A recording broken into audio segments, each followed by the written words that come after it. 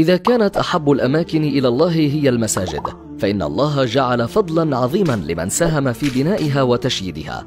قال صلى الله عليه وسلم: من بنى لله مسجدا ولو كمفحص قطاه بنى الله له بيتا في الجنة. قال العلماء: لو يشترك جماعة في بناء مسجد فتقع حصة كل منهم قدر عش الطير، كان جزاء كل واحد منهم بيتا في الجنة.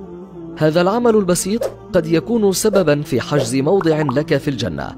قال ابن حجر: هذا الحديث فيه إشارة إلى دخول فاعل ذلك الجنة.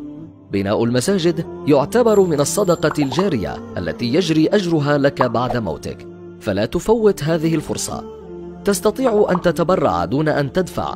قم بنشر هذا الفيديو، فالدال على الخير له مثل أجر فاعله. للاستفسار 00965 6066 3553.